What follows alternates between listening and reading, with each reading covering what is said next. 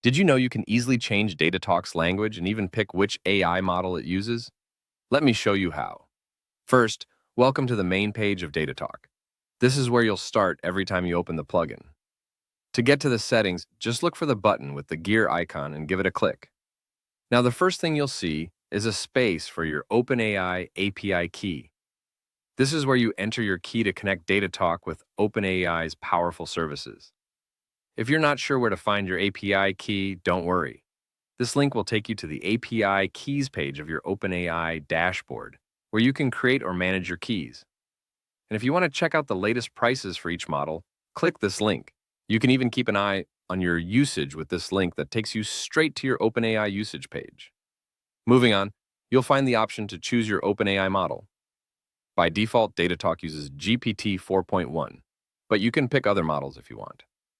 If you're working with a smaller database, you might want to try GPT 4.1 Mini or Nano. These models can help you save a little money on each request.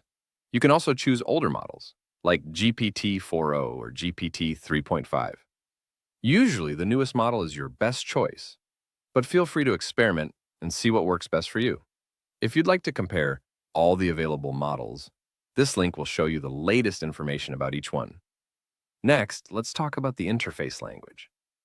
In the UI language section, you can pick your preferred language for DataTalk. What if your language isn't listed? It's simple. This is the server path where the language files are stored. Just go to that folder, make a copy of the English language file, and translate it to your language. Rename the file to match the new language and keep it in the same folder. DataTalk will automatically detect your new file and add it to the language menu. It's that easy. Once you're happy with your settings, click the Save Settings button to apply your changes. Then, click the Back button to return to the main page. If you change the interface language, you'll notice that DataTalk now speaks your chosen language.